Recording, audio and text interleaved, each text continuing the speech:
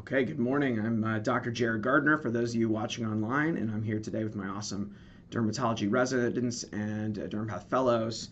We're going to do fat, muscle, and bone Dermpath unknowns, kind of an assortment of cases. So here we go, case number 1. Who wants to take this one? I'll take it. Okay. So this is kind of a large piece of tissue, like maybe excision. And from the scan, you can see that there are some fat cells, but there are some other components as well. So if we zoom in a little closer, we can kind of see mature adipocytes, but also there are some spindle cells in between them. And some areas look sort of myxoidy, as well as we can see this thick ropey collagen. So these three components make it into spindle cell lipoma. Perfectly described. Yeah, that's the three components of spindle cell lipoma are usually mature adipocytes, bland spindle cells that often have a myxoid background, and they often have a vague kind of palisading arrangement, not like the nice, beautiful palisading of, say, a schwannoma, but they have this tendency to kind of clump together in little clusters or groups and then have zones of hypocellularity. Then another little cluster or group. So my mentor Sharon Weiss called these parallel arrays.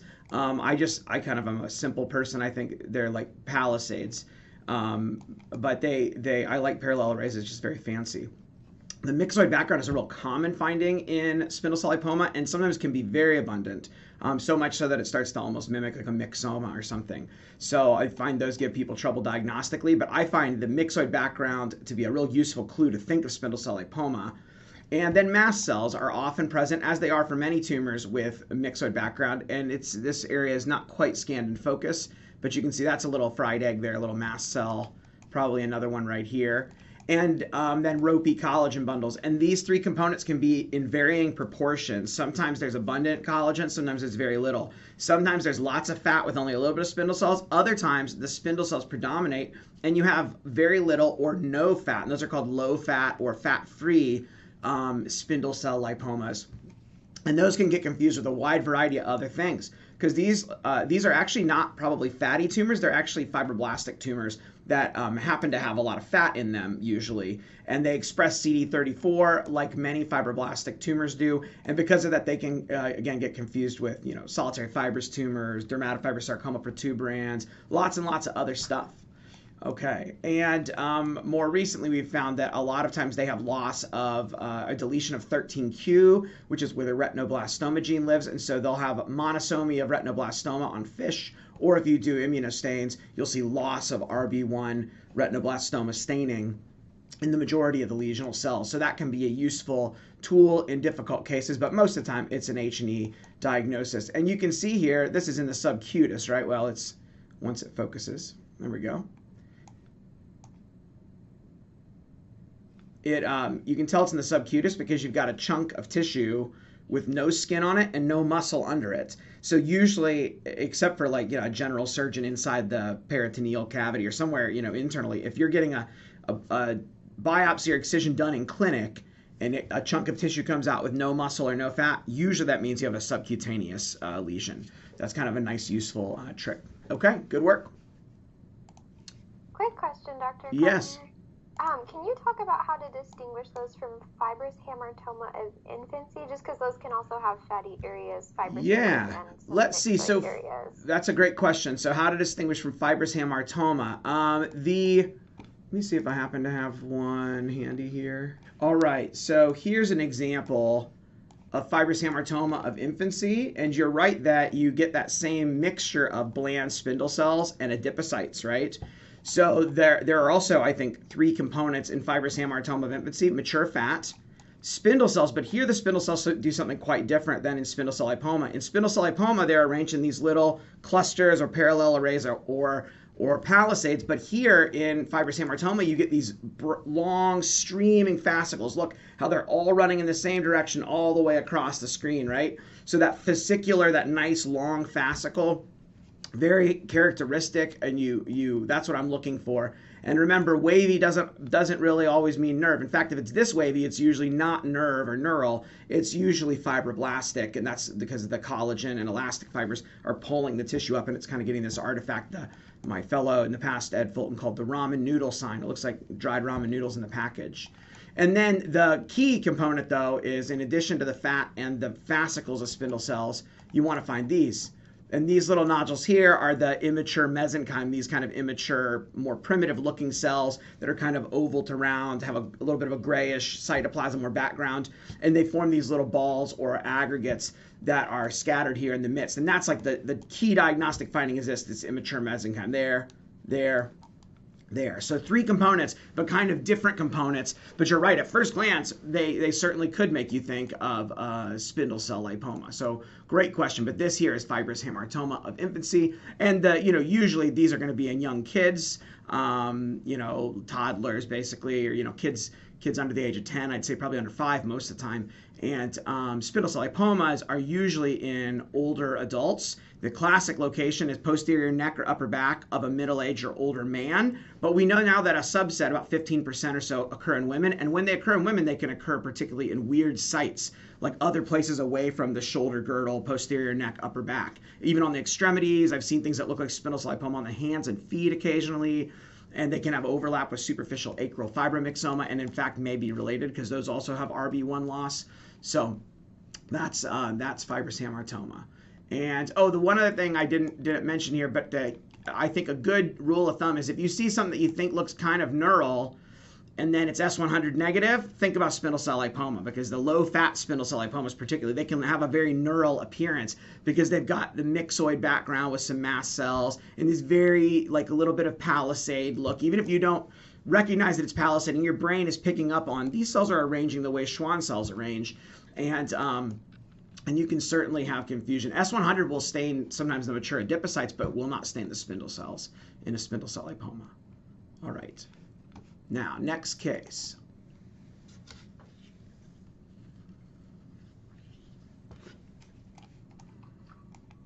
Okay, I'll take this one. Okay. From scan, looks like a very benign Nevis type architecture. Good. But towards the bottom, you can tell that there's these very eosinophilic structures and holes probably where it fell out in processing that looks like bone. So bone plus Nevis, you can think of like a Nevus of Nanta. Yeah, the Nevus of Nanta, which is just kind of a fancy eponym for a nevus that has some metaplastic bone or heterotopic bone in it. And the way you can tell it's bone is that, bone will look different depending on if it's been decalcified or not, the amount of calcification or mineral in the bone. If there's a lot of it, it looks more purple and usually gets kind of shattered and cracked and crunched when it gets cut.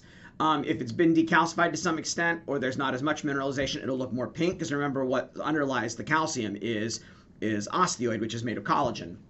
But the way to recognize bone is ideally when the bone's more mature, you see these little concentric lines, right? The lamellae. So that's the lamellar lines tell you that you're dealing with bone that's beginning to mature. Early bone, like this right here, this is like kind of woven bone where the lines are all just totally, the collagen bundles are all intervened together haphazardly. But as it organizes and matures, that you get these lamellar lines. And then you see the little spaces where the lacunar spaces where osteocytes, there's an osteocyte, where they live. So that's helpful to see osteocytes. Sometimes you'll see osteoblasts are on the outside to see lamellar bone lines. And the only reason I bring this up is people sometimes struggle with calcification versus ossification.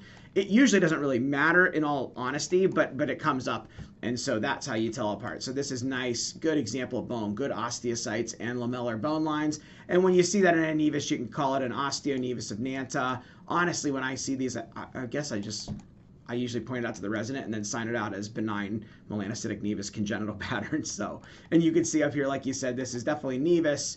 You got your kind of the round cells, the type B melanocytes that are like those little round blue ones that look like lymphs. And then as you go down deeper, it matures and the cells become more spindled and neurotized. These are type C melanocytes, if you like that type A, B, and C sort of schema that we sometimes use to conceptually think about maturation in nevi. So a nice example of what I would call a congenital pattern nevus. And this one even has a little bit of these these like little circular structures that look a little bit like the Wagner-Meissner bodies you see in diffuse neurofibromas. So you can call these mice, I think they're called, well, I call them Wagner-Meissner-like bodies, but I think they're also known as Masson bodies. Someone on Twitter told me that, Miguel Reyes Mujica, pediatric pathologist. So I learned that on Twitter. And then also I think tactoid bodies, because they look kind of like Meissner corpuscles. So there you go. There's a bunch of trivia that you probably don't need to know, but hey, now you know. And yeah, like you said, it's kind of popped out of the space there. Oh, there we go. There's some more bone up there. So, and we can see little foci of metaplastic bone like this. In normal skin, we see it in excision specimens. I think particularly on the face, and one of the theories I've been told is that, maybe old ruptured, folliculitis or acne or something that produces then this response. I don't know if that's actually true, but that's one theory I remember someone telling me once in the past as to why maybe we get these little foci of basically if you just had this alone, you could call it osteoma cutis if you really wanted to. All right, so Nevus of Nanta with bone. Good. All right, so from scan, this looks like there are little vellus hairs. They're baby hairs, and then at the bottom, there's a little area of cartilage right nice. Here. So an accessory tragus would fit really well with vellus hairs and a small portion of cartilage. Perfect. Yeah, this is a real nice accessory tragus. You can see here's where their background skin is, and then this little polyp coming up off of there. And even when you don't have the cartilage, seeing that little polyp with all these little tiny baby hairs, they're like really small hairs. And if you see the hairs cut in not cross section but vertical section, you can see their roots, instead of being down deep, their roots are up here in the dermis. So that's vellus hairs are like small hairs that have superficial roots, okay? And then yeah, their cartilage right here. Sometimes you have cartilage, sometimes you don't. And of course, knowing the clinical that this is a little area right in front of the tragus, in front of anterior to the ear, that's the perfect story. So usually this is obviously clinically known, but this is a very classic appearance. And for anyone watching at home, or I guess, or anyone junior here, the way you could tell this apart from a skin tag, aside from the clinical, is that skin tags or fibroepithelial polyps, acrochordon, whatever name you like, supposedly usually do not have adnexal structures. I've seen a few kind of exceptions, but they wouldn't have this many adnexal structures. They're usually dermis, sometimes with fat, skin on epidermis on the surface, but really a paucity of hairs, hair follicles or other adnexal structures. So, and then here's just a little closer look at those little cute vellus hairs. I like how you said baby hairs. That's how I think of them too. They're like wee little baby hairs. So cute. Very nice. All right, so accessory tragus. Case 4. All right, so we have kind of a nodular collection here, probably in the subcutis of what looks like mature fat. There are no fibrous septae running through, kind of like the normal skin fat. And there are some what look like dilated vessels around, but when you look closer, they're not really thrombosed, kind of like an Angio Lipoma, and all the fat look benign and normal. So I think this is just a lipoma. Good, yes. And I'm glad you brought up the vessels, because people sometimes get fixated on, they're like, oh, there's a vessel. Look, let's call it angiolipoma. No, we'll see later. The vessels of angiolipoma are really tiny little capillaries, and they're clustered together. So just having a few dilated vessels that are congested with blood in the background of mature fat, that does not make an angiolipoma. Now, the distinction usually doesn't matter clinically because you're dealing with two benign things. But yeah, I feel like there's a distinct look to the vessels of angiolipoma, and like you said, they almost always have little fibrin thrombi in them, whereas regular lipomas just look like a chunk of mature fat. And sometimes they can get some fat necrosis, and then in times like that they can look weird. Occasionally they can have fibrous bands, and some people call those fibrolipomas. I tend to just say lipoma. But in any case, lipomas are just made of mature fat. So how do you know it's a lipoma rather than just, normal fat? Would that be clinical? Yes, good job. I was saying, this is a bit of a trick question. I don't know how to tell. I mean, if it's taken out of the subcutis, particularly, right? If an orthopedic surgeon goes in and takes out a big chunk of fat from the middle of the quadriceps, well, guess what? that's either going to be a lipoma or it's going to be an atypical lipomatous tumor, which is what we call well-differentiated liposarc in the extremities, because those can sometimes mimic lipoma and not have much atypia.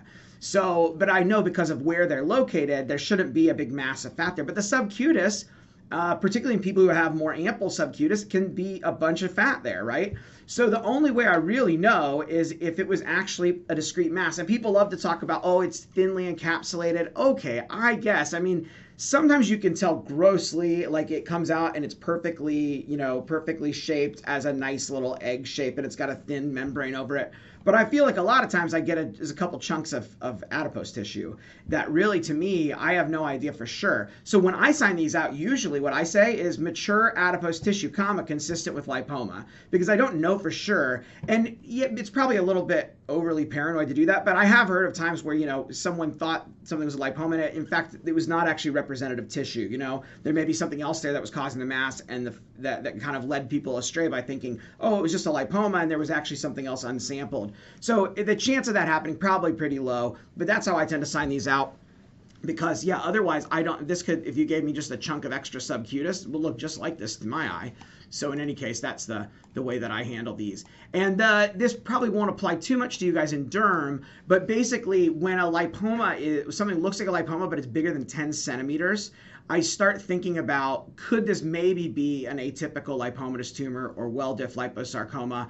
Usually those will have fibrous bands and big pleomorphic ugly cells, but sometimes, rarely, they can have only very focal atypia, or actually I've seen very rare ones that had no atypia at all, and only with molecular did we prove it. It was because it looked like a lipoma, but it grew back like 2 or 3 times, which is not normal for lipoma. So in that case, we did FISH, and MDM2 was positive. So I, as a general rule, for bigger things that are like bigger than 10 centimeters but look like lipoma, I usually like to do MDM2 FISH on those.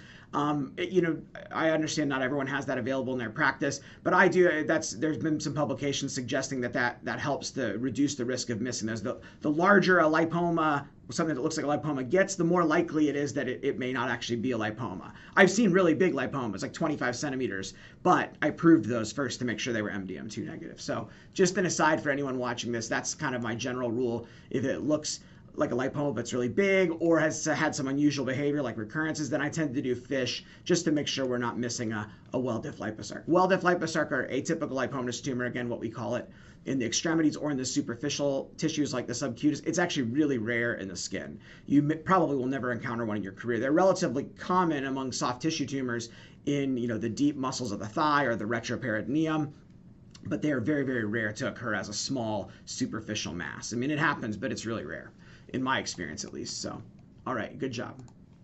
Not much we can do to make that interesting topic, but all right, this is number 5.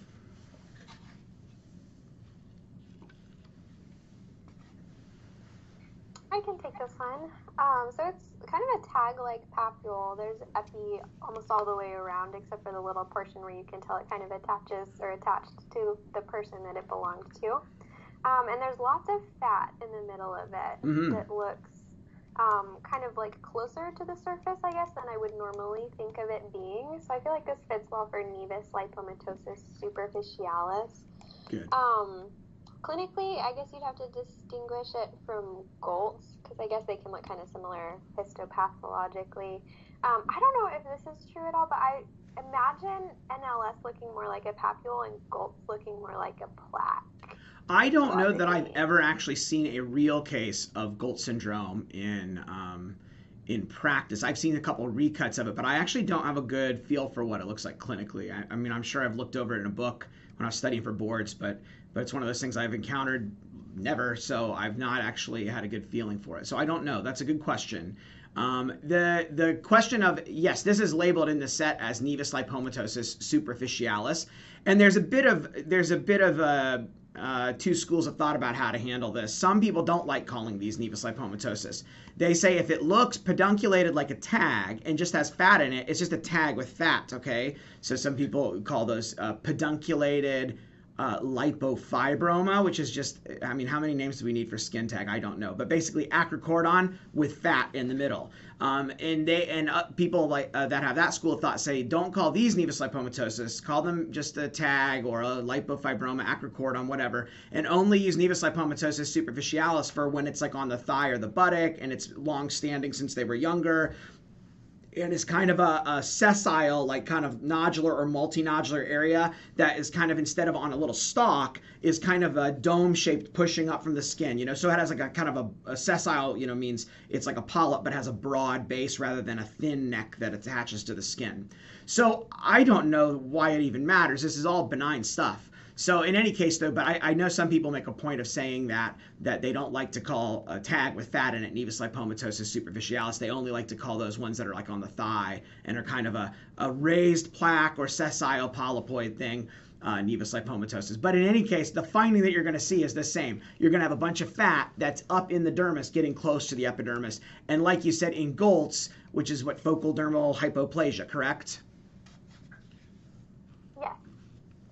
That's what you're going to get, a similar thing, that the dermis is going to be thinned and the subcutis is going to be closer to the skin. But again, there is a clinical difference there, which I will have to go and look up later to educate myself further.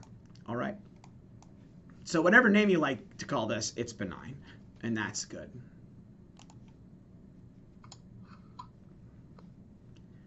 All right, number 6. Okay. So this one, the attention is drawn down to the subcute area, and the fat from skin just looks a little bit dense, and go closer in, and it's just, I mean, even at scan, sorry, I don't even need to go to higher power, it's just grouped into these fascicles, much more dense, almost looks like more cellular. Good.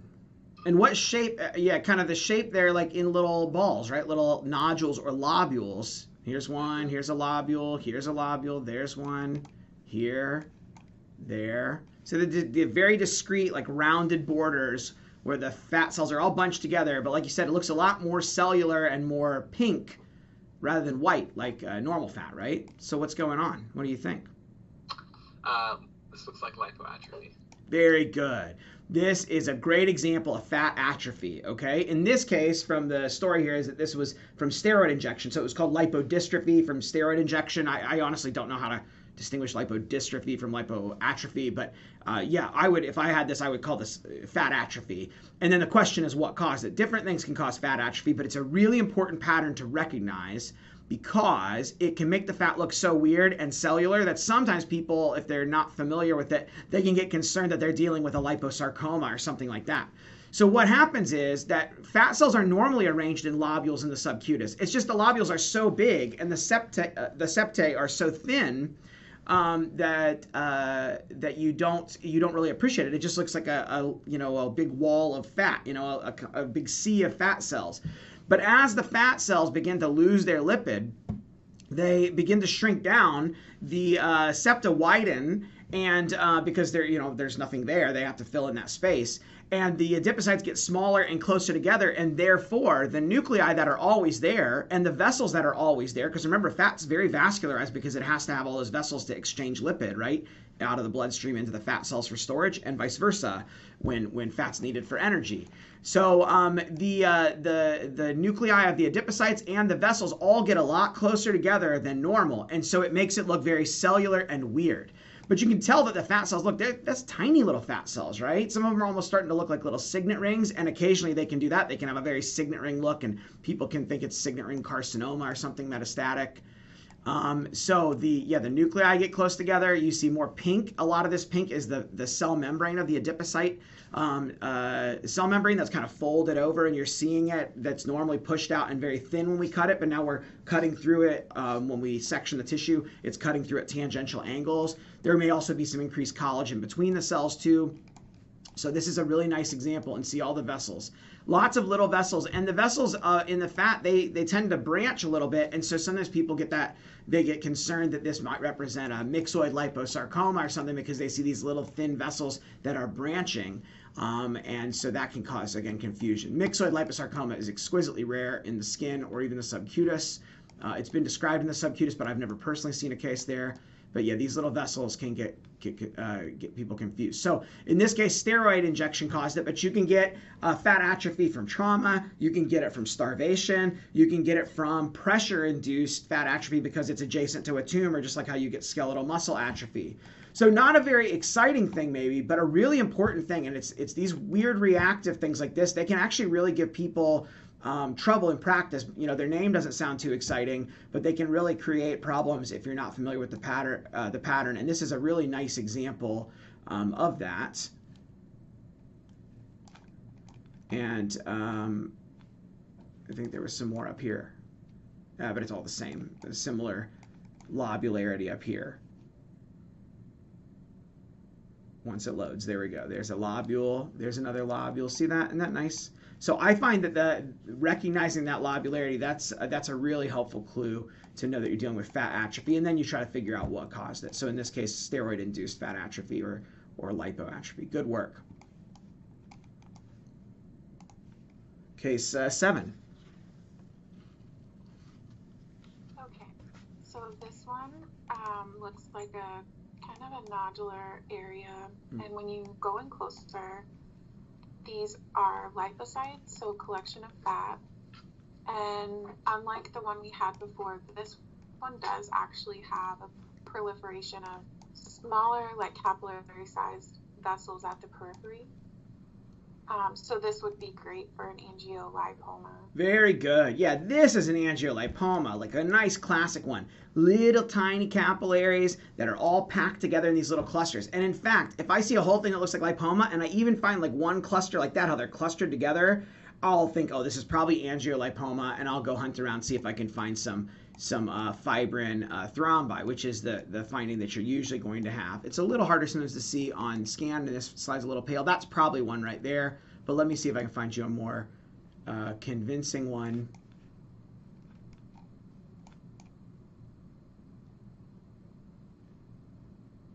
There we go. So here's fibrin thrombus, there. All of these vessels have little tiny microthrombi in them, and again, the clusters of capillaries. Sometimes there's a little bit of spindling between them, but this is very characteristic. And again, if I only get a little area like that, that's enough to me to call something angiolipoma. So they can really run a range from being almost entirely fat with only a small couple islands of these vessels to being completely or almost completely composed of vessels like this with very little fat. Those cellular looking angiolipomas are particularly challenging because people will think they're Kaposi sarcoma or something else. So that's when recognizing the fibrin thrombi can be really, really helpful because that will instantly tell you you're probably dealing with an angiolipoma. Kaposi, I don't think I've ever seen one with little microthrombi like this in it. I've seen vascular pattern a little bit like that in Kaposi. Also, Kaposi sarcoma usually involves the dermis and sometimes can go down deeper, but I feel like to find a circumscribed nodule of Kaposi in the subcutis, that's something I've never seen personally. Maybe it can happen, but I've never seen it. I feel like when Kaposi is in the skin, Kaposi sarcoma is a dermal process that may secondarily extend into the subcutis somewhat, but not a primary subcutaneous process, at least in my experience. So that's, and like you said nicely, the vessels tend to be more abundant out towards the periphery for some reason. And I feel like I often see these removed by dermatologists, whereas lipomas I see removed more often by general surgeons. And I think that's purely a referral practice setting thing. The reason is that angiolipomas are painful a lot of times, right? And they're in the subcutis, they're superficial, they're painful, and they're more often in women, and the forearm is like the most common site. So a woman, a middle-aged or young woman might come in with a few painful nodules on the forearm. That's like the classic clinical history.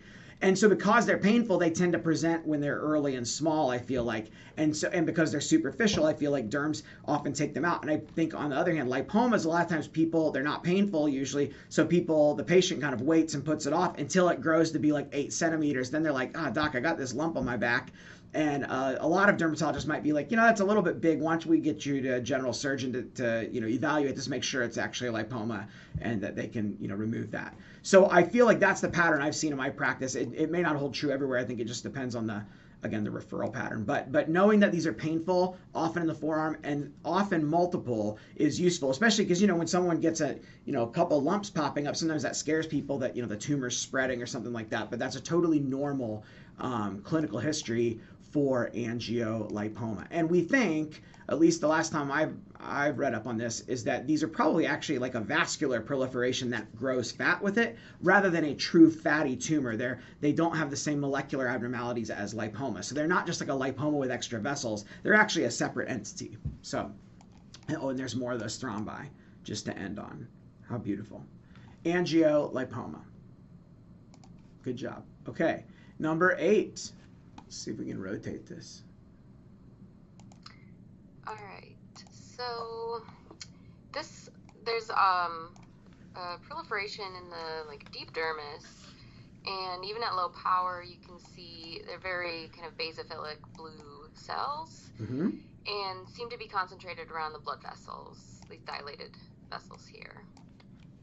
And then on higher power, they're very small, round, monotonous appearing blue cells, again, kind of radiating out from those vessels. So it would be good for a glomus tumor. Yes, perfect. Look, they're little, and they're in little rows, and multiple rows. The onion skin, right? We use onion skin too much in medicine, though. It's getting ridiculous. But I can kind of see it. There's row after row, layer after layer of these perfectly round, monotonous little blue cells. And something about that perfect roundness really resonates with me. I think they're very aesthetically pleasing to look at. I like things that have this very nice symmetry and monotony somehow. I don't know why that is, but my brain I like it. It clicks with me. So I've always liked glomus. And so you could either debate whether they're called a glomus tumor or a glomangioma. When you tend to have more abundant vessels, people call them glomangiomas. When they're like a circumscribed nodule like this, I tend to usually call them glomus tumor, even if they've got prominent vessels. But it doesn't really matter usually. The distinction. They're both benign. The only thing is that glomangioma, also known as glomovenous malformation, they are sometimes familial. There's an inherited form where people get, and they tend to get the glomangioma variant rather than the glomus tumor variant. But they close up are basically the same thing. So it's really kind of a subjective line. And this one's really nice because of how perfectly organized. They're not always disorganized. In difficult cases, the other thing to know is, let's see if we can get the cytology to come in clear. Yeah, maybe not quite. This area will work. The cells, you can see how they have their own little cell border. See that? They have like a perfect, you can see where their cytoplasm ends and the neighbor cytoplasm begins. Okay, so they have a very discrete cell membrane or cell border, and that's because each individual cell is wrapped by a layer of basement membrane material. So you can actually stain for that with collagen type 4 if you really need to. It's pretty, but you don't usually need to do it, I feel like, except maybe for malignant glomus tumors, because they can have kind of be more difficult to recognize. Or you can use a PAS will actually highlight that too. So if you want to do that for education one day, that's a nice thing to check out. And then the cells, what would you expect the glomus cells to stain like? Like what immunostain could you use to highlight them if you wanted? I thought you meant what would they look like? I'm sorry, no. What I'm not using the proper grammar. Okay. It's okay. What would the immunophenotype be for these glomus cells? SMA positive? Yeah, they're actin positive. They're usually Desmond negative, and they're negative for endothelial markers. I've occasionally seen them stain with CD34, which, as you know, is not totally specific for endothelium, but they'd be negative for ERG and CD31 to my knowledge. They should stain with actin because they're basically modified pericytes, which are those, they are pericytic, and pericytes are those modified smooth muscle cells that wrap around small vessels. And so that's what is happening here. So beautiful example of glomus. There are atypical and malignant forms of glomus. So if you see mitotic activity or pleomorphism or spindling, you can go and look, and there's published criteria for how to tell those. They're relatively uncommon to see, but they do happen. And sometimes the malignant transformation happens in a pre-existing benign glomus. So you might have seen areas that look benign and then start seeing some weird atypical stuff. So those are ones to go look up the criteria and look closer. And there's mitotic rates and different stuff that you look at. So, but this is a very nice, beautiful example of glomus tumor. Excellent. Case 9.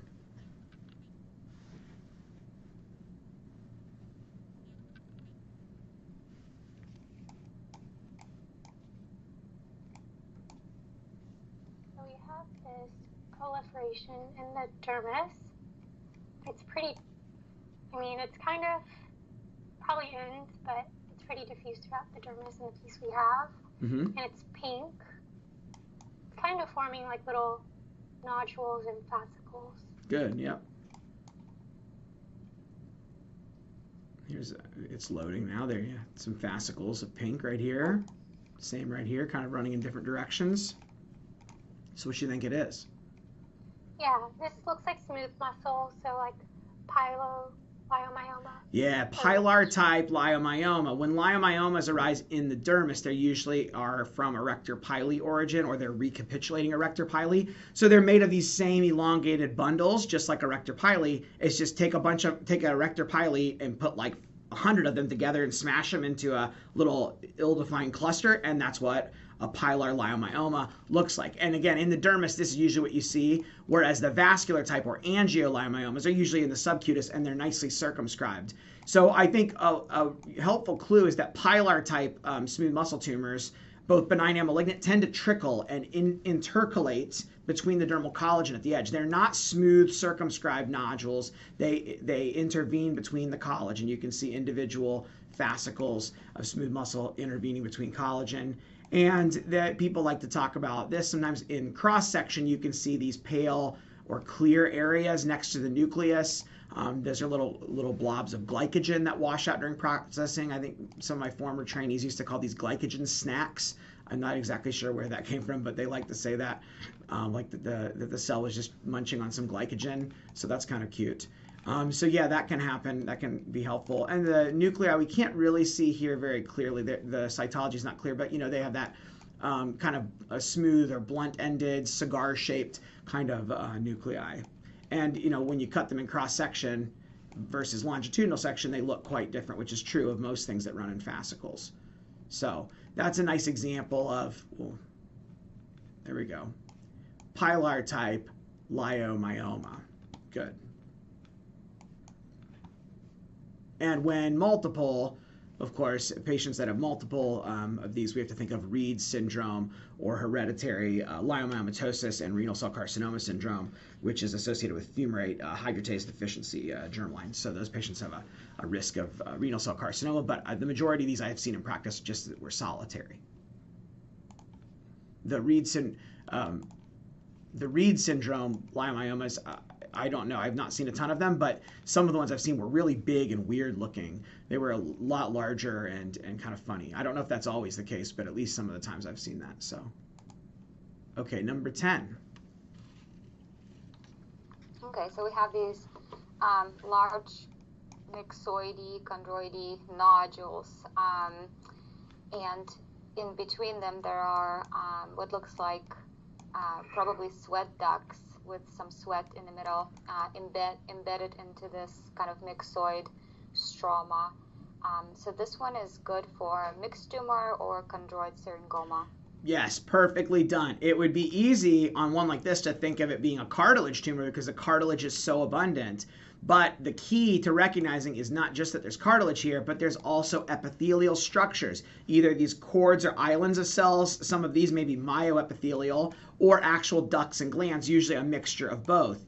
And so there's both usually there's an epithelial and myoepithelial component in these, and then they have varying different types of stroma in between that can range from fatty to myxoid to true chondroid or chondromyxoid, as you nicely described, all the way up to actual having mature bone formation. They can really run a very wide range. So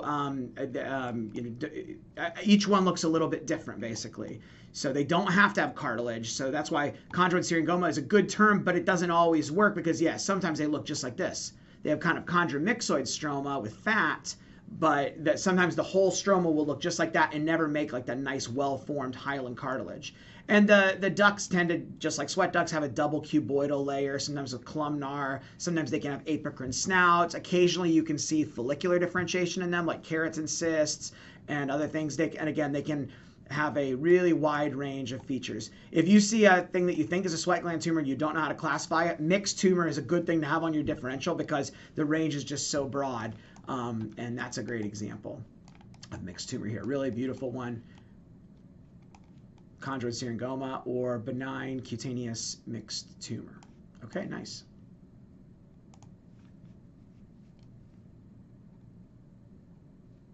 Okay, case 11. All right. But this one, as opposed to seeing like a single dermal nodule of smooth muscle, we can actually see, kind of separated dermal smooth muscle bundles there, not associated, with an individual hair shaft, so they look independent.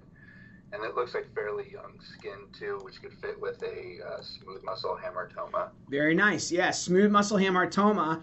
The main differential is with pilar type leiomyoma, but like that we saw that those are much more closely packed together. Here there are too many bundles here. There's too many bundles here to just be normal skin, right? Normal skin, you might have 2 erector pili or 3, something like that on a punch biopsy. But here we've got like 20. But they're all kind of a little bit haphazard together. But the one thing that they sometimes do, it doesn't work perfectly, is they make kind of a band. If you had like an excision, you would see instead of a discrete nodule, they tend to be kind of a layer. They're disorganized, but they're kind of in the same band of disorganization throughout the dermis underneath the epidermis. So they can kind of have this plate-like or band-like distribution. Kind of hard to see on a punch, to be honest. And less cellular than leiomyoma, and usually, like you said, these are in infants or young kids.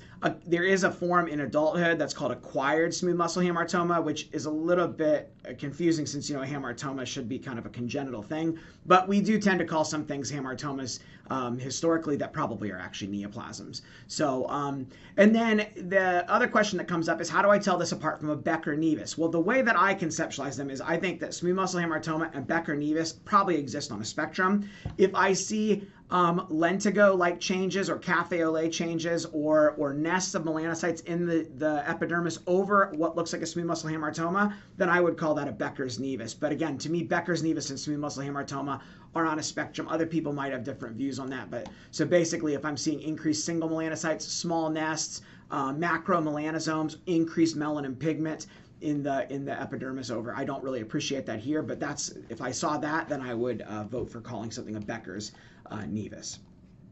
Okay.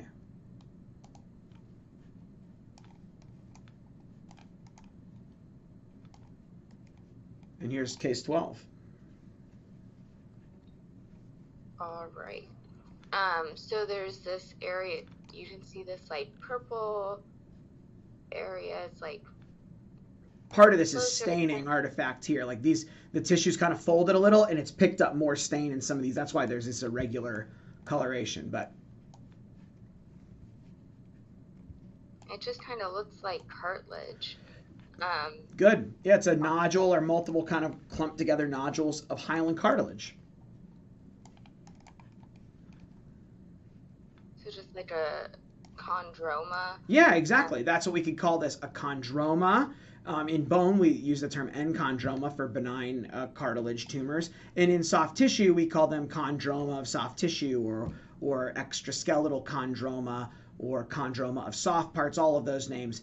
And this one, actually, this is labeled as a soft tissue chondroma in the study set. But honestly, to me, the way it's made of so many tiny little balls or clusters of chondrocytes together, and this, I looked up that this was from the finger. So I actually think this might actually be an example of what's called synovial chondromatosis that's arising off of the synovium from one of the interphalangeal joints. That would be my assumption, but it's, for your purposes, a nodule of benign cartilage with no glands or epithelial structures to suggest mixed tumor. If it's just a nodule of benign cartilage, call it a chondroma of soft tissue. And these do tend to be on the hands or feet or the digits more often. But this one does kind of remind me of this soft tissue entity called synovial chondromatosis because of these very discrete like balls of cartilage. And that usually arises like in the knee or the larger joints, but I've occasionally see it come off the synovium of smaller joints as well. And going closer just to look at the cytology. Chondrocytes, the cytology is hard to see because their nuclei are often really, really dark, and they sometimes have a variable amount of purple cytoplasm, so sometimes it can be hard to tell the nuclei apart from the cytoplasm, and they sit in these little tiny holes, lacunar spaces, surrounded by blue matrix in the background. And these can sometimes get calcified and ossified, so they can have bone and calcification in them.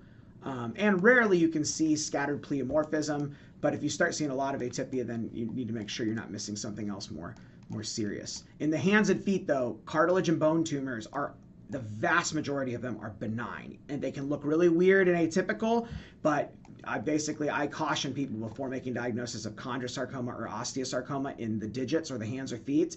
You will almost always be wrong. I've seen a couple chondrosarcomas in the feet. I've never seen an osteosarc in the hands or foot, but I've definitely seen a wide range of benign and reactive things that looked super atypical that were cartilage and bone.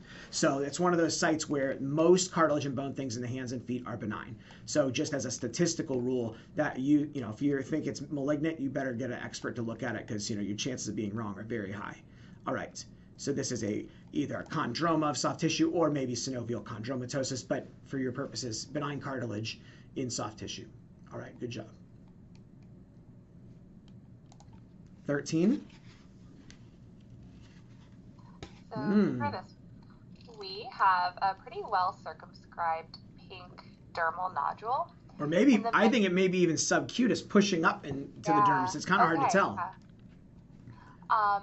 In the middle, there's fat. Good. At the periphery, there's some what look like vascular spaces. Mm-hmm. And then on higher power, it looked like the pink is smooth muscle. Good. So kind of combining all of those, Angio Lipoma. So, good. In the past, that is what people have called these, and it's been published in the literature. But I have a particular interest in this very esoteric topic because I wrote a paper about it. And one of the points in our paper is this should not be called Angio Lipoma, because there is something that occurs in the body cavities and the kidney particularly, or sometimes in the retroperitoneum, called Angio Lipoma. And it is a very different and totally unrelated tumor. It sometimes occurs in association with tuberous sclerosis, and it's a form of PCOMA. It expresses smooth muscle and melanocytic markers like HMB45 or MART1.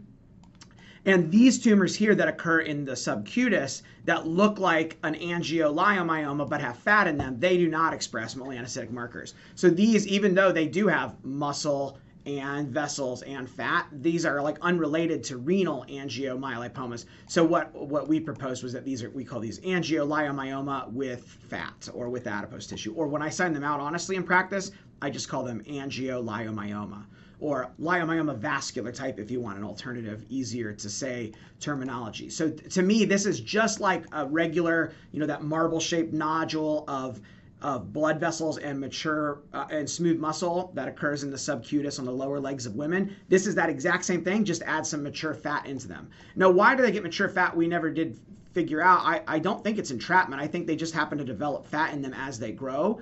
But we actually did it in our study. Now you're learning more about this than you wanted to, but too bad. In our study, and I'll put, if for anyone watching this online, I'll put a link down below. My former med student who went on to become a dermatologist, Chelsea Jones, she did a great job with that paper. And what we found was that it's actually, I think we found it in 18% or 20, almost 20, 15 to 20% of our cases had some amount of fat in angioleiomyomas. So it's actually pretty common to see fat in the middle of smooth muscle tumors. And just like regular angioleiomyomas, the vessels sometimes you get one big central vessel, kind of like you see here. Other times you have lots of smaller vessels, but you can see the muscles coming right off the wall of the vessel and then kind of filling up all the space in between. So it's like these vessels are all together, and it's like the muscle of their vessel walls has just all grown together and made one huge conglomerated mass. There you go. And smoothly circumscribed, often in the subcutis, often on the lower extremity, not always, often painful. One of the classically painful dermal tumors. So angioleiomyoma, or leiomyoma vascular type with mature adipose tissue, or as it was called in the olden days, angiomyolipoma, but not associated with PCOMA. So, all right. All right.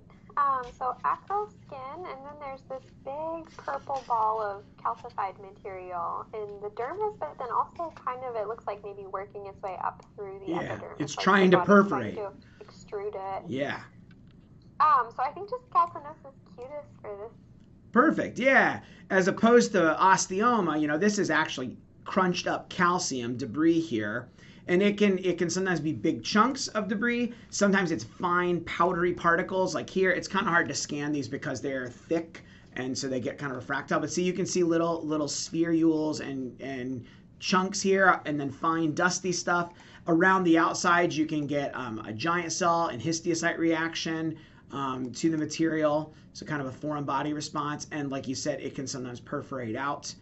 And there are a variety of other entities that can produce a similar appearance of calcinosis cutis. If we have a mass of this in the deep soft tissue or in the joint, we call it tumoral calcinosis. To me, calcinosis cutis and tumoral calcinosis are just kind of two ends of the same spectrum. And occasionally they can occur in association with calcium phosphate derangements or connective tissue disease or scleroderma.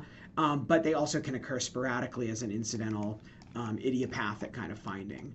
And unlike osteoma cutis, there's no actual bone formation here. It's just crunched up calcium dumped into the dermis. And if you have something that looks like this and it's on the eyelid of a kid, we call those subepidermal calcified nodule. But basically, it's like a solitary form of calcinosis cutis that tends to occur on the face of young kids. So you can kind of learn two entities for the price of one with that. But yes, this is calcinosis cutis. Excellent.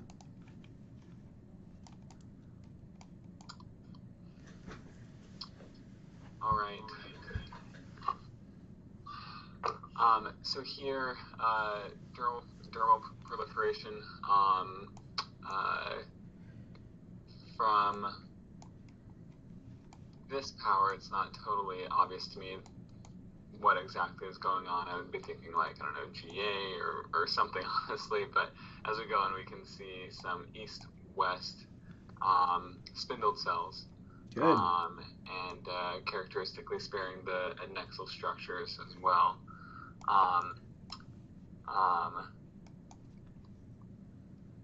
And those are like the myofibroblasts or fibroblasts of a dermatomyofibroma. Yeah, very good. And I think your point's well taken that at lower power, you certainly could think of granuloma annulare because you're seeing there's something that's trickling in between the dermal reticular collagen bundles, and the edge of a dermatofibroma can look like that. This entity, dermatomyofibroma, can give that appearance. Granuloma annulare, sometimes the edge of a blue nevus, hypopigmented blue nevi. So a fair number of things can have that, what I would call an interstitial pattern. And I think that's a useful pattern to recognize, and you can think of a list of different entities.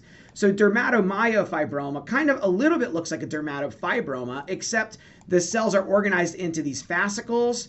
And the fascicles, like you perfectly said, run east to west. They run parallel to the epidermis. So here's the epidermis going east to west rather than north to south, which would be up and down, of course, for anyone watching at home who's not familiar with that terminology. And then here is the same parallel bundles of fibroblasts or myofibroblasts. In this case, like often happens with fibroblastic and myofibroblastic things, they get super wavy. That's that ramen noodle sign that tends to go with dense regular connective tissue and fibroblastic and myofibroblastic proliferations.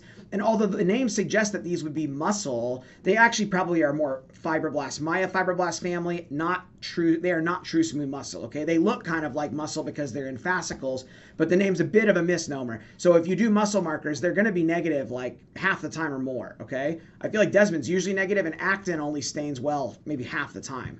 So to me, when I see these, I just sign them out on H&E. This, to me, nothing else quite looks like this really. So that is dermatomyofibroma. And I got a little video on my YouTube channel about this. I don't know if I can quite show it here, but to tell that these, you don't need stains to see that these are fibroblasts or myofibroblasts rather than smooth muscle. You can, oh, maybe over here is better. You can see because in true smooth muscle proliferations, all of the pink is because of the contractile filaments in the cytoplasm of the muscle cells. And there's very little collagen between each muscle cell. Whereas here you can tell these cells are spindle cells. They usually have a little bit of wisp of purple cytoplasm at the end. We can't really see here. But you can see there's actually pink bundles, little fibers of collagen in between. The reason this fascicle looks pink is because there's collagen between each of the cells.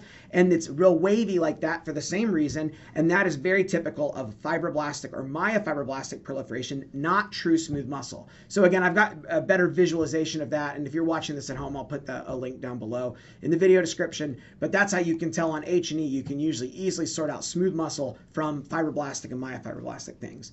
And this entity, dermatomyofibroma, benign, and has that kind of east-west plate-like fascicle formation, very characteristic. Nicely done. Okay, 16. Okay, so the next one, there is a thin shave, and there's some PEH that I first noticed. And then there's this dermal nodule, and when you go in closer, it looked like there are lacunae with osteocytes within them. Good. So like you were discussing before with the Nevus of Nanta, this looks like bone formation. Mm-hmm. So this makes me think of osteoma cutis. Yeah, very good. This is true bone here. The pink that you're seeing is the collagen of the osteoid.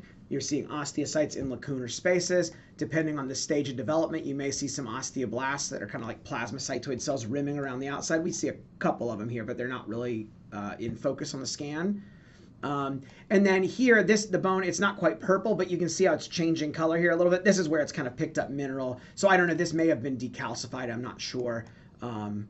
But yes, that's true bone, so that's osteoma cutis. And it looks also like it wants to kind of perforate its way out. Like you said, there's kind of a little bit of pseudoepitheliomatous hyperplasia here. It's reacting, and there's granulation tissue around it. The dermis does not really like having bone growing in it, and it tends to try to spit it out and perforate it out of the surface.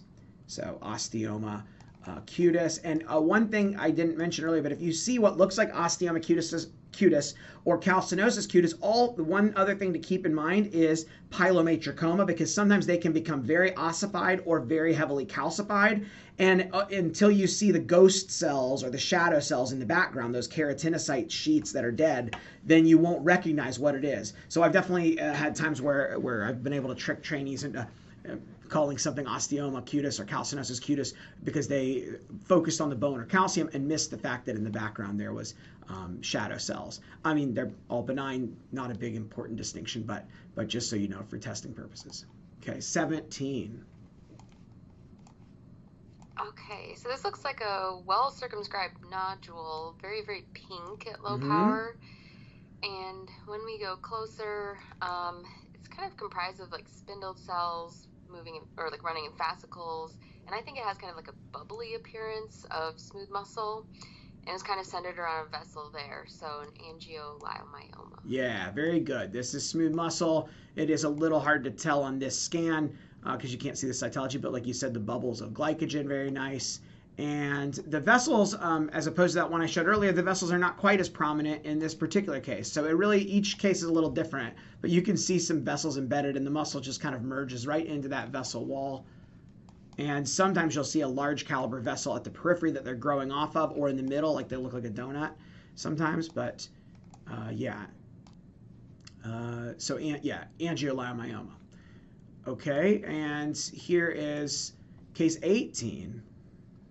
So we have in the fat, it looks like this encapsulated area. And if you go in closer, you can see like the adipocytes don't look healthy, and you can't really see the nuclei of the adipocytes. So this would be consistent with encapsulated fat necrosis. Yeah, very good. And sometimes this kind of fat necrosis can be hard because at close up, it's kind of hard to tell that this fat's dead, because normally we don't see, you know, the nuclei are kind of sparse and not well visualized in normal mature fat. So when you have fat necrosis with lots of bubbly histiocytes, it's easy to say, oh, fat necrosis. But here we've got this like whole sheet of fat that just like suddenly died and kind of got preserved here and mummified. So yeah, it can be a little hard sometimes to pick up until you start seeing that all the stuff in between is dead. There's some calcification around the outside that tends to happen. And the low power, very nice, is that you've got this nodule of completely dead fat, and it's walled off by dense sclerotic collagen. There's sclerosis around it. And then out in the periphery, in this one, you can actually see kind of more traditional fat necrosis, the kind that kind of breaks down over time and gets bubbly, like we often think of in fat necrosis. So yeah, this is encapsulated fat necrosis, and I think sometimes, don't you guys call this in mobile encapsulated fat necrosis, because you can like move it around sometimes under the skin? Is that the terminology? Yep. Say I've heard people, I didn't know that for a while, until someone said, oh yeah, you can move it around underneath the skin sometimes. So this is often due to previous trauma. So someone got a trauma there, this fat kind of died and then just got completely roped off and surrounded by a wall of of sclerosis. So nice example of encapsulated fat necrosis. Great thing to be able to recognize. And that's a perfect section of one right there. Okay, 19. All right. So we have this kind of shave biopsy of osterization. And you can see it's kind of a busy dermis. And if you go closer, you kind of appreciate this almost fascicle-like pattern of these spindled or fusiform cells. They kind of have this blunt-ended nuclei. There's a lot of areas where you can see high cellularity and some of the like pleomorphism, and there are some mitoses as well. So this looks like a smooth muscle tumor, probably malignant, so leiomyosarcoma. Yeah, very good. So yeah, here you can see it has the appearance of a pilar leiomyoma, but is more cellular, has pleomorphism, has mitotic activity. Now, I've occasionally seen a scattered atypical nucleus or occasional mitoses in what otherwise looks like a pilar leiomyoma, and I don't get real worried about that. In a big, deep, soft tissue, smooth muscle tumor, I get very concerned about even focal atypia or mitotic activity. But in the skin, I don't get as worried. And the reason is that even these ones that are like, this is full-blown malignant, there's really atypical cells, there is mitotic activity, there's hypercellularity here. But what happens is these leiomyosarcomas that are confined to the dermis, tend to have a very, very good prognosis. The chances of them metastasizing are basically 0% or close to from all the published studies so far. Here's an atypical mitosis right there. So it's a little hard to see on this scan, but that's an atypical mitotic figure and increased cellularity pleomorphism. So when they're confined to the dermis, they have a very good prognosis, and you can see this one is confined to the dermis. So Chris Fletcher and colleagues have actually proposed that we don't call these leiomyosarcoma anymore. We should call them atypical intradermal smooth muscle tumor or smooth muscle neoplasm. And while I appreciate that, and when I sign these out, I do actually mention that and put in my comments that they have an excellent prognosis. It's very different from leiomyosarcomas elsewhere in the body, so that patients don't get worried. But I still tend to use the term leiomyosarcoma somewhere in my report because I feel like dermatologists are familiar with cutaneous leiomyosarcoma. So they need to be excised and have a negative margin. And if it's transected, I need to have an excision to see if it goes into the fat or not, just like the same rules we use for atypical fibrous xanthoma, right? Depending on if it's in the dermis only, its prognosis is really good. If it goes down into the subcutis, then it has a potential for more aggressive behavior. So I think the main thing for you guys as dermatologists is when you get one of these leiomyosarcomas confined to the dermis, it's real important that you mention to the patient, hey, if you go home and Google this, all the stuff you're going to read on the internet about leiomyosarcoma is usually about uterine leiomyosarcoma or deep soft tissue, and you're going to read very scary stuff because those are much more aggressive and potentially deadly tumors. These are almost essentially always cured by complete excision with negative margins. If they're not completely excised, they can grow back. And I don't know what happens if you leave them alone. Potentially, I would imagine that they could grow deeper and then become a problem. But in any case, so you just take them all the way out and let the patient know that the prognosis is excellent. Even though it's called a sarcoma, it is very different than deep or uterine leiomyosarcomas. The one other thing to point out is that these are kind of the malignant counterpart or the atypical counterpart of pilar leiomyoma. So just like pilar leiomyoma, they should have, let me find the area that's better. They should have kind of at least some areas at the edge where you have individual muscle bundles kind of trickling or infiltrating, intercalating between the dermal collagen. You should not have a perfectly smooth nodule. If it's a round nodule that looks like Angio Lipoma but has atypia and mitotic activity and it's in the dermis, then you have to exclude metastasis. So sarcomas rarely metastasize to the skin, but when they do, leiomyosarcoma is the most common one. The most common type of sarcoma pretty much to metastasize to the skin from an internal site is leiomyosarc, either from uterine or I've seen them from retroperitoneal like inferior vena cava leiomyosarcs. So that's important. So if it's a perfectly smooth nodule with none of that infiltrative, trickly stuff, then I usually will mention that they need to actually do a scan. And I've actually seen it's usually those patients have known stage 4 disease by the time they get skin mets. But I saw a case once where the guy showed up with a single nodule on the chin, and it was perfectly circumscribed. And we said, well, maybe work them up. And lo and behold, he had an undiagnosed inferior vena cava, like 15 centimeter leiomyosarc. So I've taken that pretty seriously. You can have areas that are smooth border, but you should at least have some focal areas of kind of trickling growth. All right. Case 20. Okay, I don't think anyone in this conference would miss one of these. So you can see papillomatous surface with some central glands there, and then you can even see the smooth muscle bundles from scan, which makes you think of like a sensitive area, so fits for an accessory nipple. Yeah, this is a really nice, well-developed accessory nipple that actually has that papillomatous surface and kind of convoluted skin surface like we see on the real nipple. And then there's this invagination here that's going down and probably connecting to these ducts. This is a lactiferous ductule, or like a milk duct, basically, like you see in the breast. They look kind of like eccrine ducts, only they tend to have, I feel like they have a more blue and kind of a little bit more jumbled, slightly disorganized epithelium, and sometimes have little snouts in them.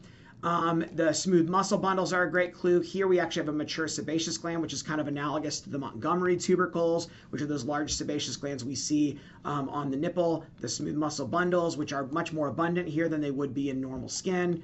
And I think over here we had some more of the lactiferous ducts, the breast duct here, once it comes in focus.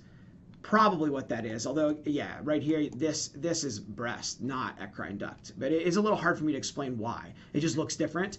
But you're right, when there was one perfect like this, you would say no one would miss it. But sometimes they're not this well developed. Sometimes there's a little bump that they think maybe clinically looks like a nevus, a little brown bump on the chest. It's not exactly clear from the requisition sheet that it's in the milk line. You might only have like one lactiferous duct, or sometimes you don't see any ducts. Sometimes you just see a little epidermal change like this and some increased smooth muscle. So those more subtle forms of accessory nipple can actually be more challenging to recognize. This one's a really nice classic example. But yeah, sometimes they can be more subtle than this. Good. All right, 21.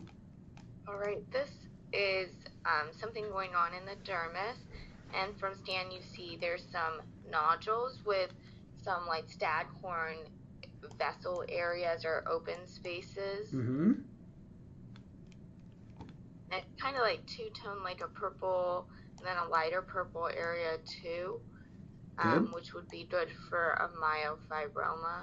Yeah, perfect. So myofibromas can show a range of features, but this is to me like the classic appearance that is good to learn to start with. And you have these nodules, and then in between the nodules, much more cellularity. So it's kind of a biphasic appearance that you have hypocellular, pink to purpley blue nodules, and then more cellular spindled to round cells in between. And then you get these kind of these open crescent-shaped vessels here, and these little nodules are kind of pushing into them a little bit. The spindle cells are kind of nondescript. Sometimes they can have mitoses and be quite cellular, but you don't usually see pleomorphism or anything like that. And that is the classic feature of a myofibroma. And even though these are myo, I feel like these nodules, what we call these myoid nodules, because they're kind of myofibroblastic proliferations here, but they often have this bluish tinge that to my eye reminds me of cartilage. So I think of them as like kind of pseudochondroid nodules, and other people have said similar things too. So this is a nice example. This one has some thick collagen bundles with it too, but this is a nice example of myofibroma. And then it's also got some probably some ossification going on over here. See, it's starting to make some bone probably, it looks like, or else I think that's probably bone. It's a little bit out of focus, but you can see that sometimes they can have bone and calcification in them. And they're described often in kids as either solitary or sometimes multiple lesions, but they can occur in adults, even older adults. I've seen them in elderly patients as solitary skin lesions. So myofibroma, real nice classic example. 22. So this is a pretty deep nodule. There's even some like skeletal muscle. Good, yes, right there. Yeah, and my first thought was like, could this be histiocytic, like foamy histiocytes? or something neural or even melanocytic, and it's kind of like intercalating through these collagen. Yeah, it's trickling at the edges, right? Trickling out. Yeah. But then when you go in even on higher power, you can see that these kind of larger cells have granules and some like eosinophilic inclusions, like the pustulo-ovoid bodies of Million that you'd see in a granular cell tumor. Spoken like a true future dermatopathologist. I love it. Pustulo-ovoid bodies of Million. We got to have our eponyms, you know? Yeah, this is a granular cell tumor, and you know, oftentimes they arise in the dermis, but I've definitely seen ones like this that have gone deep down into the subcutis. I've even seen ones infiltrate skeletal muscle, which is scary looking but I feel like the typical growth pattern of granular cell tumor is to trickle, infiltrate, if you will, although that sounds like scary and aggressive, but to trickle in between collagen. That growth between collagen and kind of trickling out at the edges is to me very characteristic, and to me that's a low power clue. I like your point though. The pale abundant cytoplasm of these cells right away could make you think of a histiocytic proliferation, and the kind of rounded nodules could make you think of a nested process like a melanocytic lesion. So that's an excellent thoughts. So I think this area up here maybe scanned a little better. Hold on. It's a little touch out of focus at high power, but I want to show the cytology. But yeah, that intercalation between collagen is really characteristic. And then the individual cells, it's hard to see where one ends and the other begin. Their cytoplasm seems to merge together, so they kind of have a syncytial appearance. So you get these like elongated kind of nests or trabeculae of cells that all seem to share the same cytoplasm, and they're kind of oozing and pushing between the collagen bundles. That's the way I envision the growth of granular cell tumor. And then here, we can't really see it, but they do have a granular cytoplasm, and these little blobs here are called pustulo-ovoid bodies of Million. Supposedly the reason these are granular is they're filled with phagolysosomes. So the lysosomes is what makes the granularity, and supposedly these pustulo-ovoid bodies are giant phagolysosomes, although I have a little trouble buying that because they look like they have individual particles to me, but probably smarter people than me have done electron microscopy studies before I was born and proved this, I imagine. So I probably should stop being such a doubter and do some more reading. But in any case, the granular appearance of the cytoplasm is from phagolysosomes, and so these will stain with S100 because they're neural. They'll also stain with CD68 because CD68 is a marker that highlights not actually histiocytes, but anything with phagolysosomes, which these are filled with. So you can get strong staining with CD68, S100. They often involve nerves. I didn't look long enough. I was just kind of scanning these yesterday and I didn't see it, but like 90% of the time, pretty much, you're going to see this tumor wrapping around nerves. That is not perineural invasion. That is a totally normal, benign finding. These are a weird variant of neural tumor. And just like neurofibromas and schwannomas can grow off of nerves, so does granular cell tumor. So it's nothing, I don't even mention it when I see it, but I've had people send me cases and say, well, I'm worried about this perineural invasion. And I'm like, no, it's fine. So I think it was Dr. McNiff's group at Yale that was one of the first people to really publish that and talk about that it's totally fine and benign to have perineural growth. And there are some of these that have atypical findings that still behave in a benign fashion. And then extremely rarely there are malignant variants, which I've only actually, I think, seen in study sets. I've never seen a real life example in my almost 9 years of practice. And then finally, the last case, number 23, a real quick instant one. So a big collection of what looks like fat, but it's a little bit more cellular looking from low power. A little too pink for just regular fat, right? Yeah. And quite a few vessels too. Not perfect for like the Angio Lipoma that we saw earlier, but more than I would associate with just like a regular lipoma. And then when you get in really close, I feel like when I make the diagnosis, you can see the little mulberry cells with the vacuoles and the rounded nuclei. I think they're super cute. But this would be good for like a hibernoma. Yeah, hibernoma, a benign tumor of brown fat. And the cell types are three. There's white fat cells, normal mature adipocytes, these multivacuolated bubbly cells that are often called mulberry cells by dermatology residents, and they indent the nucleus. So, you know, if you're having a bad day, you could see that and get concerned about a lipoblast, but they don't have pleomorphism of their nucleus like a pleomorphic lipoblast would have. They're very uniform round nuclei, which we can't really see the cytology very clearly on this scan. And then some of the cells are kind of bubbly, but have a grainy pink cytoplasm. And again, the scan's not quite right here, but that pink is because these cells are filled with mitochondria. And so just like brown fat, it can like burn electrons. The electron transport chain is decoupled from the ATPase, so it just makes a bunch of heat instead of extra energy storage. And so that's the idea of how brown fat generates heat for like hibernating bears and stuff. That's what I've always been told. So try that out at your next cocktail party and see if your friends are impressed after COVID's done. I do have one other one that I think is even more stunning and amazing, because this one has a lot more of those nice pink, hold on, let me refresh it. Has a lot more of the abundant pink cells. So those 3 cells can be present in varying proportions. Sometimes the majority of the tumor is actually composed of white fat and only focally has the bubbly mulberry cells and those beautiful granular pink red cells. Other times it's loads of those cells and very few of the mature fat. In my experience, I've never yet seen one of these in the dermis or subcutis. I have heard of people who have said that they have seen them, but to me, these are usually, I've seen them usually deep down, like in the muscle, but they've been described in the subcutis, but again, I just feel like I don't ever see them there. And they're often bigger, so I feel like this kind of ends up coming through general surgery, or they sometimes are worried on scans because it's a big tumor that's fatty. They sometimes are worried it's going to be a liposarcoma. So I feel like they do not come up actually in dermatologic practice very often, but they're so pretty to look at. And you can kind of see it here. The nuclei classically are round and have a prominent nucleolus. So sometimes that worries people, but that's totally normal. If you look at normal brown fat, it's the same way. And all the nuclei look kind of the same. So this is like my favorite example ever. Isn't that beautiful? You could just hang that on your wall. That's a nice hibernoma. And but again, sometimes they can be more white fat, which is a nice contrast here to see that they can really run a range. All right, guys, enjoy your Friday. Have fun in clinic, and I hope you have a nice weekend. Thank you so much. And everyone at home, thanks for watching.